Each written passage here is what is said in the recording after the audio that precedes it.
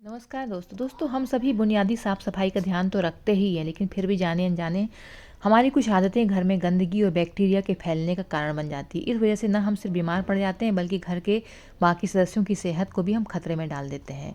तो आइए जाने ऐसी 5 सामान्य आदतें जिन्हें बदलकर हम अपने और अपने परिवार का ख्याल रख सकते हैं। और इसमें परिवार के सभी सदस्यों को इस चीज़ का ध्यान रखना चाहिए कि यदि एक ने ध्यान नहीं रखा तो और सदस्यों पर भी प्रभाव पड़ेगा, इसलिए सबको अपनी आदतें सुधारनी है।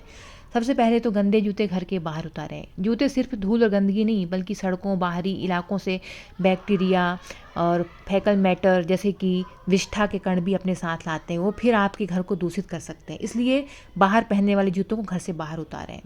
कमोड का ढक्कन बंद रखें। पश्चिमी शैली की टॉयलेट सीट का ढक्कन लगाए बिना फ्लश करने से बैक्टीरिया हवा में आ जाते हैं। बाथरूम में रखे टूथब्रश, टॉवल, अन्य सामान को संक्रमित कर सकते हैं, इसलिए टॉयलेट का इस्तेमाल करने वाले के बाद सीट को ढककर ही रखें। सूटकेस को बेड पर न रखें। यात्रा के दौरान सूटकेस कई जगह कीटाणु गंदगी के संपर्क में आता है। लोग थूकते हैं, विष्ठा चारों तरफ, तो बेड पर इसे रखने से बैक्टीरिया फैल सकते हैं और संक्रमित कर सकते हैं, इसलिए ट्रिप से लौटकर सूटकेस के हैंडल और व्हीकल्स को सैनिटाइज करें। अच्छी तरह हाथ धोएं। घर के बाहर हम लिफ्ट, दरवाजों के हैंडल, पब्लिक ट्रांसपोर्ट में सीट, कई ऐसी जगहों को छूते हैं जिन्हें आसानी से कीटाणु हाथों पर लग जाते हैं। ये कीटाणु हमसे घर में भी फैल सकते हैं, इसलिए घर आकर सबसे पहले अच्छी तरीके से साबुन से हाथ धोएं।